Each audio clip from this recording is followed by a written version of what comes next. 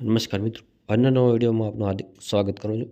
તો આજના વિડીયોમાં આપણે વાત કરવાની છે કે પીએસઆઈ અને એલઆરડીના ગૃહ વિભાગમાં સૌથી વધુ ભરતી થશે તો કે 40,000થી વધુ સરકારે કીધું છે। તો 10 લાખમાં અંદાજિત 1.5 લાખ નવા કર્મચારીઓની ભરતી થઈ શકે છે તેવું આપણને ન્યૂઝ મળ્યા છે। તો શું ન્યૂઝ છે સંપૂર્ણ તેની વિશે આજના વિડીયોમાં આપણે વાત કરવાની છે। તો વિડીયોમાં આગળ વધતા પહેલાં તમે ચેનલને સબસ્ક્રાઈબ ના કર્યો તો ચેનલને જલ્દી સબસ્ક્રાઈબ કરી દો, જેથી આવા જ પ્રકારની તમામ ભરતીને લગતી અપડેટ આપણી યુટ્યુબ ચેનલ પર આવતી રહેશે।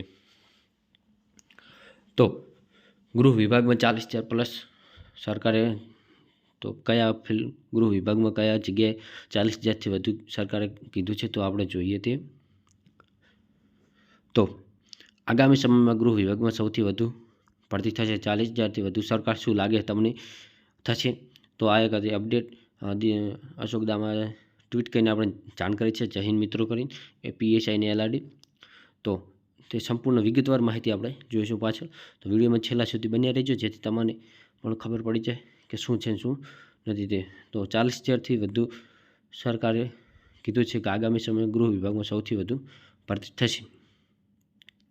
40,000થી વધુ સરકારે કીધું છે, તો તે પણ આપણે વિગતવાર માહિતી જોઈએ આપણે શું તમને લાગે છે થશે, તો તેના વિશે પણ આપણે એક છે ન્યૂઝનું કટિંગ, તો તે પણ જોઈ લઈએ। તો કે ગૃહ વિભાગમાં સૌથી વધુ ભરતી થશે, ગુજરાત સમાચારનું આ કટિંગ છે।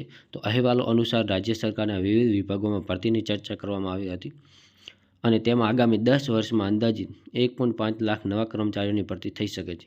10 વર્ષમાં 18 વિભાગોમાં ભરતી કરવામાં આવશે, તેમાં ગૃહ વિભાગનો હિસ્સો 50%થી વધુ છે, એટલે કે ગૃહ વિભાગમાં સૌથી વધુ ભરતી થશે। સરકારે આગામી 10 વર્ષમાં ગૃહ વિભાગમાં 40,000થી વધુ સરકારી કર્મચારીઓની નિમણૂક કરવાની મંજૂરી મળી છે, એટલે કે 40,000થી વધુ કર્મચારીઓની નિમણૂક કરવાની મંજૂરી સરકારે આપી છે 10 વર્ષની અંદર, એટલે કે 10 વર્ષની અંદર 40,000થી વધુ કર્મચારીની ભરતી થશે। તો ગૃહ વિભાગમાં સૌથી વધુ ભરતી થશે અને સૌથી વધુ ખાલી પણ જગ્યા ગૃહ વિભાગમાં છે, એટલે કે 50%થી વધુ છે।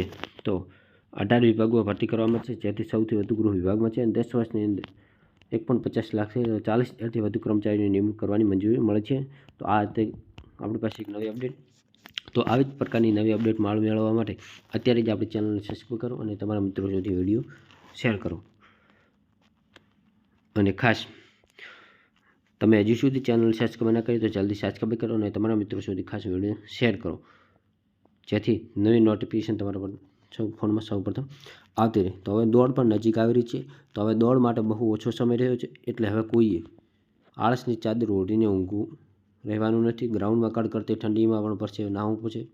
આ બધું શક્ય કરવા માટે સૌથી પહેલાં ગ્રાઉન્ડમાં જવું જરૂરી છે, જે ખાલી વાતોના વડા કરવાથી નહીં, એટલે કે વાતો કરવાથી નહીં પણ ગ્રાઉન્ડમાં જશો તો કડકડતી ઠંડી પણ તમને નહીં લાગે અને ઠંડી પણ ઉડી જશે અને દોડ પણ રનિંગ પૂરી થઈ જશે। તો બસ આજના વિડીયોમાં બસ આટલી જ માહિતી। તો નેક્સ્ટ વિડીયોમાં નવા ટોપિક સાથે મળીએ। તો બસ આભાર, જય હિન્દ, જય ભારત।